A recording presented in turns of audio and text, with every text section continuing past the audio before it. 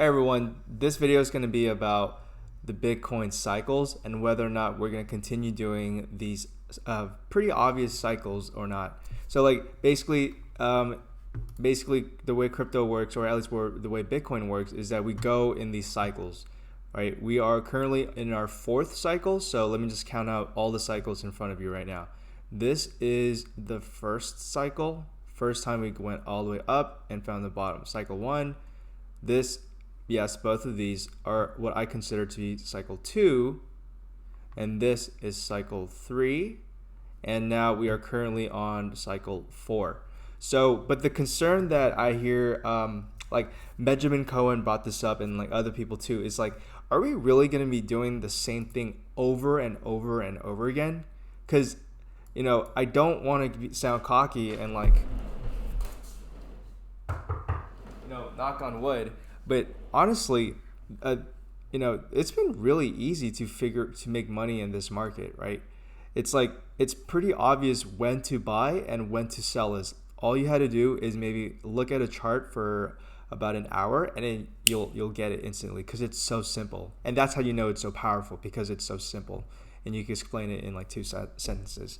So, but the way markets work is that, not the way they do work, but the overwhelming consensus is that markets adapt over time because people adapt over time. So if at first a very small percentage of the market knew about this cycle, and now a very large percentage of the market knows, then everyone will be trying to front run each other, and thus the cycles will become convoluted, and eventually the cycles might no longer be a thing. But I wanted to just look at the financial markets, which have been around for at least in America, like detailed data has been around for 100 years. So I just wanted to test out this theory of after the fourth cycle, like things are always cyclical in the markets too. And considering how big the markets are, right? Considering how big like the bond market is, it's still like pretty cyclical, even though you might think, the same argument with Bitcoin is like, oh wait, people will figure out like where to buy at the bottom, where the top is, and then like too many people will know, and the cycles will go away. But if you look at the bond market, the bond market has been really cyclical too. So this is the TNX. We're looking at yields for bonds, not prices. So this is probably the biggest financial instrument in the world, I think. TNX, which is 10-year bonds, United States bonds. And so starting from all the way back from 87 or like 88, we started this cycle of hitting this top trend and then hitting the bottom trend. And it's like really cyclical, right? This could be like cycle 1, bottom, like from bottom to bottom, right? Bottom, top, bottom. That could be what we define as a cycle. So this would be cycle 1, and then from the next bottom hits the top and then hits the bottom here. So cycle 2, top, bottom, cycle 3, top, bottom, cycle 4, and then see after the fourth cycle it starts like consolidating now, because I guess too many people know about these cycles. So the markets adjust, but eventually we do get another cycle, bottom, top, bottom. So 10-year bonds, the largest financial instrument in the world, has cycles, and it seems that yes, the time frames are a lot longer, so the generational gap between like knowledge could be different. But markets didn't, like, they adjust, but not really, right? It's not like the cycles went away. And if we go to the stock market and we go to the entire history of the stock market, actually it's a lot easier if I just show it on this. I don't use this computer all myself. My brother does. I didn't draw these lines. These are horrendous. But anyways, the basic point being that the stock market also runs in these cycles too, of overperformance and underperformance. I have a video on it if you want to go check it out. But I explained it more in detail there, and I don't want to go through all of it now. But in very simple terms, stock market goes through these cycles of like 10-15 years of underperformance and 10-15 years of overperformance, and we've done that since the Great Depression, and that's visualized in this logarithmic chart. Okay, So basically, this was basically from 29 to like, I don't know, like 45 or something. It was like 10 years. That's like 15 years of underperformance, right? And I say underperformance because if you just like bought here, right? Sure, you made money, like, you know, if you held and then it went up here, you made some money, yeah. But like it's underperforming, right? It's consolidating. It's not really doing anything. And then after that, it's from like 45, like I don't know, 45 to 69. It was a period of overperformance. During this period, the stock market did shit. Okay, stock market did like 575%, right? And then as the cycle goes, so I guess that's cycle one. And then the stock market did underperformance, which we pretty much went flat from 69 to like 82. So that's, what is that? That's like 13 years. This was like the great inflationary period of America, if you don't know. So yeah, during this period from 69 all the way to 82, right? Congrats, you made 24% in 13 years. That is underperformance. That's garbage. Okay, so then we proceed on with the cycle, and from 82 till 99, we have a period of overperformance, right? The dot-com bubble, 99, and that's a 1,000% performance in 18 years, right? Compared to the like 20-something% performance of 13 years. So 1,000% compared to 20%. So clearly there is a cycle. So that's, I guess that could be cycle two, right? Underperformance, overperformance, cycle one. Underperformance, overperformance, cycle two.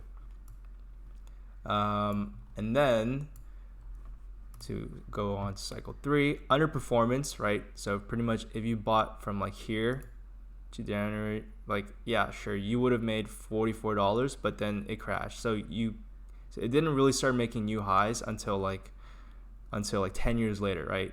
And during that time, you would have made like 16%, which is pretty garbage considering the overperformance periods we had here and here. So yeah, underperformance, and then I don't really need to say much. This was clearly, the past 10 or so years was clearly like a period of overperformance. I don't really measure it from like a specific, well, I should, but it's like somewhere around here-ish, right? I guess like from here or here or whatever, but 200% in the past 8 years from this point. All right. So yeah, basically I'm saying like there's cycles in all of these financial markets, and it seems like the market hasn't really wised up yet, right? If you just drew this line and you just like stayed faithful to it, it would have served you very well. So with Bitcoin, yeah, it's hard to tell because these cycles happen so quickly, right? These are for like 3, 4, 5 years. The first one was like 3, 4, and like 5 cycles probably this time.